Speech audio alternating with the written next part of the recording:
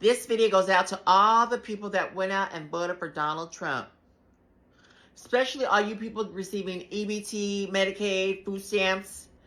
Y'all voted for Donald Trump, and now, guess what? We got to go back to work. Welcome back, everyone. Today we've got another round of clips that really show how out of touch some people have become with the new EBT and food stamp restrictions. And trust me, the deeper we go into this video, the crazier the reactions get. So make sure you stick around until the very end, because I've saved the wildest one for last. Hard-working Americans are out there grinding to cover their own bills. And meanwhile, some folks are throwing fits because the free ride is coming to an end. Let's not waste any more time. Let's get right into it. Apply for food stamps in October. Apply for food stamps in October. Apply for food stamps in October. If you have been getting denied for being over the threshold by a little bit, apply for food stamps in October. Y'all, check them EBT food stamp cards. They are loading y'all up for the next month for October. I told y'all that they were going to be adding additional food stamps onto y'all food stamp cards. Yes, Donald Trump might be a lot of things, but he going to make sure y'all feed them kids. Go check that EBT card, and if you're not getting them, go apply. And they did change the rules. If you are working at least 25 hours a week, you could get food stamps. Go apply. It does not matter if you have a job. If you don't have a job, they will give you 3 months worth of stamps until you can get on your feet. Go apply. They are literally handing these out right now. They are starting people off that are not working for $315 worth of food stamps. People that are working, y'all will get at least $500 worth with one kid. And if you don't have no kids, they're going to give you $350. Hey, check your local EBT. What are y'all doing? Go feed them kids and feed yourself. Ain't no reason for nobody to be hungry. It's coming from taxpayers who are already working 40 to 60 hours a week just to keep their own lights on. And the idea that people with no job should get 3 months of stamps handed to them, that's not motivation, that's enabling. If you can work 25 hours a week, you can work 40. If you can stand in line to film TikToks about your food stamp balance, you can stand in line at a job interview. Nobody is against feeding kids, but don't act like the system isn't being abused. Because while some folks are bragging about their balances, hardworking families are cutting coupons and rationing groceries just to get through the month. Do you think the government should require proof of job applications before giving out benefits? I'm curious where you stand, so share your take in the comments. But anyway, in our next video, we'll see the shameful state of those who, despite having jobs, run after free coupons from the government and celebrate it like a victory. So apparently, for ladies now getting food stamps, if you got a job, you are allowed to get food stamps. See, back in the day, it used to be if you didn't have a job, you would qualify for food stamps, or you would get the maximum. Now, if you're working, you get food stamps. If you're not working, you don't get food stamps. Ain't that some new shit? I'm sitting here thinking to myself, Trump is changing the game. This fool ain't playing with y'all. Y'all got to understand, this man signed 200 white pieces of paper saying this is what he believes in. And how can y'all not ride with this man, man? Tell me that. Do you know how many women that been working, busting their ass, spending most of their income trying to provide for their kids? Now they get a break for a change. Oh, man, the game has changed, y'all. Look, all y'all ladies out there, if you got a good job, no need to panic. You are still going to get them food stamps per Trump. God. Hey, y'all, for everybody who out there selling them food stamps, from now on, if you get caught, it's a state jail felony. Say, for instance, you selling your food stamps and you loan somebody else your card, they're going to spend money off of there. It is a state jail felony to sell your food stamps now if they catch you. That's called food stamp fraud. Hey, they have locked up a lot of people behind this shit. I don't know if y'all seen that video where they went to that apartment complex and started locking up everybody for food stamp fraud. If you selling food stamps, if you loaning somebody your food stamp card and they are caught with your card, both of y'all are being charged. That is a charge. I didn't know that. I didn't know that you can go to jail if you say, hey, I want to loan you some of my food stamps. You have to physically go into the store with that person and buy the food your damn self. Or let's say they get pulled over and the cops ask them for their ID and they pull out all their information and they find out, oh, you got somebody else's card on you that don't got your name on it. It's a state jail felony now, y'all.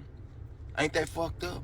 And there it is, proof straight from the source. Selling food stamps, loaning out your EBT card, or letting someone else swipe it isn't a side hustle, it's a felony. People laughed when we said food stamp fraud was real, but now they're literally getting arrested for it at apartment complexes. Let's be blunt, if you're willing to dump soda in a parking lot or sell half your benefits for cash, you weren't trying to feed your kids. You were trying to scam the system. That's not survival. That's criminal behavior that steals from families who actually need help.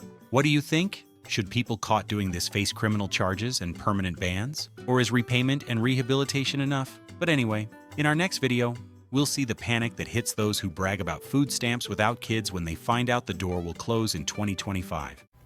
I just came on here to say, if you ain't got no kids, and you've been on this app bragging about how you get stamps and all that shit is coming to an end in 2025. Y'all better look into it. EBT hack. Hi 7-Eleven, how are ya? Here's a boxed pizza. Luckily, I'm able to get it cooked on EBT because it's cold. You want it cut into 8? Yes, please. Okay. Well, thank you so much. You're welcome. You have a good Oh my one. gosh, I can't wait. Look at this. Wow. Look Okay. good. Yes, thank you. You're welcome. Oh yeah. So since everyone thinks that I have a problem with committing 15 hours a week of my time to community service so I can continue to receive food stamps, yes, I do have a problem with it. I'm going to explain to you why. That is my personal time. First of all, 15 hours a week. Do you know how much time that is taken out of my schedule? Second of all, I don't get to choose where I do my hours at. They're going to put me where they have placement for me. Does that make sense? Why don't I get to choose what I'm doing for those 15 hours? That is my personal time. I should have full discretion on where I'm spending those 15 hours and putting that much time and effort just so I can receive my food stamps, my $4,200 in food stamps a month. Like, the guidelines have obviously changed.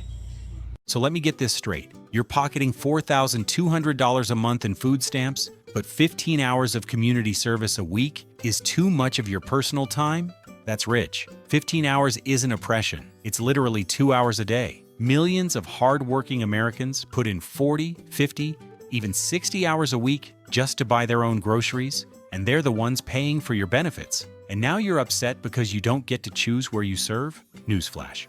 When you're living on taxpayer money, your time isn't just yours anymore. That community service, that's the payment. That's the bare minimum you can give back. Let's be real. If $4,200 in free food requires 15 hours of effort, that's not a punishment. That's a bargain. But anyway, let's move on to our next video.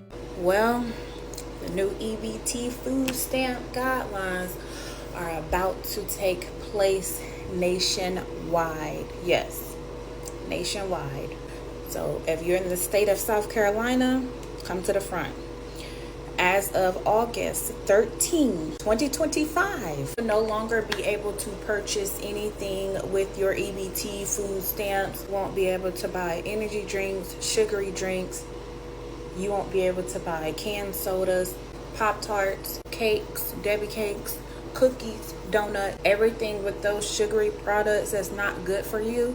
You will not be able to purchase them with your EBT food stamp card. You'll still be able to purchase like milk, bread, wholesome foods. So if you're in the state of South Carolina, I advise you to go ahead and get your shopping on and get all your cakes and Debbie cakes and cookies and chips and sodas and candies and stuff like that right now before the 13th comes. You get food stamps. If you get EBT, you'll no longer be able to purchase sugary products after the 13th. I got some bad news for you. Emergency SNAP food stamp benefits are coming to an end. It's thanks to the Consolidated Appropriations Act of 2023, apparently halting emergency benefits nationwide. NBC 15's Karis Harmon joins us now live in Mobile. Karis, some folks are wondering how they'll even put food on their table. Yeah? It's going to affect a lot of That's people. right, Kim. And some shoppers I spoke with today told me they have to break the bank just to get the necessities. Anyone leaving the grocery store will tell you Very high when you can't get a dozen of eggs for less than $5. Very high. people telling me their grocery bills are far too high. It's you. Sorry, y'all. I'm sorry. How long have I been telling y'all this? How long have I been telling y'all this? I cuss y'all out. I be like, bitches, you EBT welfare bitches, get the fuck off it and get your shit together. Y'all going into camp next. Oh my God, there's so much. So here we are, the freebies are gone, and reality is knocking. For years, extra benefits blurred the line between help and handouts. But now it's clear, working families always carried the weight. And the truth is, life without endless government aid isn't cruelty, it's normal. The same normal taxpayers have lived with all along. But let me ask you this, do you think cutting emergency SNAP was overdue, or should the government have kept it going? I know where I stand, but I want to hear your take. Drop it in the comments. But anyway, in our next video, we'll see how irresponsible people exploited the system in a shameful way by having 7 children and then rebelling against the state when their benefits were cut off. More kids, more EBT. You guys probably already saw this video. It's all over the news. This lady talking about how she's affected by the SNAP benefits being cut because she has 7 kids. Do people ever stop and think, the fuck am I doing having 7 kids, let alone 1, when I can't even support myself? I recently read something that said it's especially common in low-income families to just have a lot of kids because they feel that it's the only thing they'll ever accomplish. I guess they just don't feel that they can do better financially or get a better job, so they just pop out kids to make themselves feel better. And personally, I believe that's true. But the worst part is, instead of taking accountability for their actions, they point the finger at the government as if they're responsible for supporting the kids that they chose to have. And you know, that's what I mean when I say that some people just have no shame. Sis, you had 7 kids. And then you have the audacity to go on TV and be like, this ain't fair. So what I think the rules should be, maybe 1 or 2 kids, all right, you can use some assistance. 3 or more, benefits gone. Because now you're just taking advantage of the system. Your broke ass knew you couldn't even afford 1 kid, but something in your mind was like, I'm not usually one of those people that come on here and say mean, hateful, disrespectful things. If I can help it, every once in a while, I'll have something to say that maybe come off a little bit a certain type of way because somebody really pushed a button, you know? And one of the things that's pushing my buttons right now and it's making me want to speak my mind just a little bit is the whole thing with the food stamps, right? You're getting mad at people that are on the side like I am that say, no, you shouldn't be buying junk food and sugary soda with your food stamps. I've been on food stamps before because I had to. I was in a place where I needed them. I didn't live off of them though. I used them for as long as, you know, I needed them for and until I found a job and started building up my life. Food stamps were made as a temporary thing for people to help you get back on your feet so that way you could eat in the meantime while you're trying to get up, you know, back on your feet. But a lot of people are like, oh, the government's going to give me this handout for free, so I'm going to use and abuse this handout. Now, all the people, in my opinion, that are coming on here saying, oh, we can't buy these sugary things anymore, you know, we should be able to have a treat too. Well, then go work for it. And even if you have a job, okay, if you still can't afford the things that you want, you work harder. You get a second job. In my opinion, you're just lazy. Because I don't want to hear, oh, I can't go buy a birthday cake for my sweet little Susie or whatever anymore. You can make a cake. If you can't make a cake, well, you're just being lazy. There's plenty of tutorials online of how you can make a cake. Box cake is really easy to make. You could buy the box, you could buy the eggs, you can buy the oil, all those things that go into making a cake. And if you want a really nice special cake that costs $300 for the cake, well, then you work for it. You save up your money like everybody else has to. I have 4 sources of income and I'm working on number 5. You're just lazy. And that's the bottom line. Food stamps were never meant to cover soda, candy, and energy drinks. They were meant to keep families from starving. Nothing more, nothing less. If you want extras, You've got to earn them the same way everyone else does, by working for it. But let me throw this back to you. Do you think the government should restrict food stamps to basics only, or should people still be allowed to buy snacks and junk food with them? But anyway, you know I saved the best part for last, so let's move on to the video. This video goes out to all the people that went out and voted for Donald Trump. Especially all you people receiving EBT, Medicaid, food stamps. Y'all voted for Donald Trump, and now, guess what? We got to go back to work. To qualify for EBT and food stamps, you have to be working 30 hours a week. I got 5 kids. I can't work 30 hours a week. Who's going to take care of my kids? Y'all done fucked around and found out, now fucked it up for everybody. You mean to tell me I got to go back to work and I got 5 kids? Who's going to take care of these 5 kids?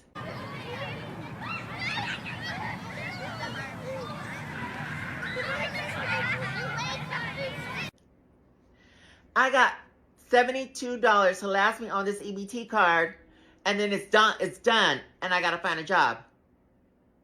So, thanks a lot, and fuck you to anybody that voted for Donald Trump. Shame on you. Now we gotta go back to work. What am I gonna do? And that's the truth. If you've got 5 kids, it's not the government's job or the taxpayer's job to raise them. It's yours. These programs were never designed to bankroll permanent unemployment while people rant online. They were meant as temporary help, nothing more. But I want to know what you think. Should able-bodied parents be required to work a set number of hours to keep benefits, or should it stay the way it is? Drop your thoughts below. I'll be checking the comments. That's going to wrap it up for today. If you found this video eye-opening, don't stop here. Click the one on screen now. It's packed with more examples of why hardworking Americans are fed up with carrying the system. Thanks for watching, and I'll see you in the next one.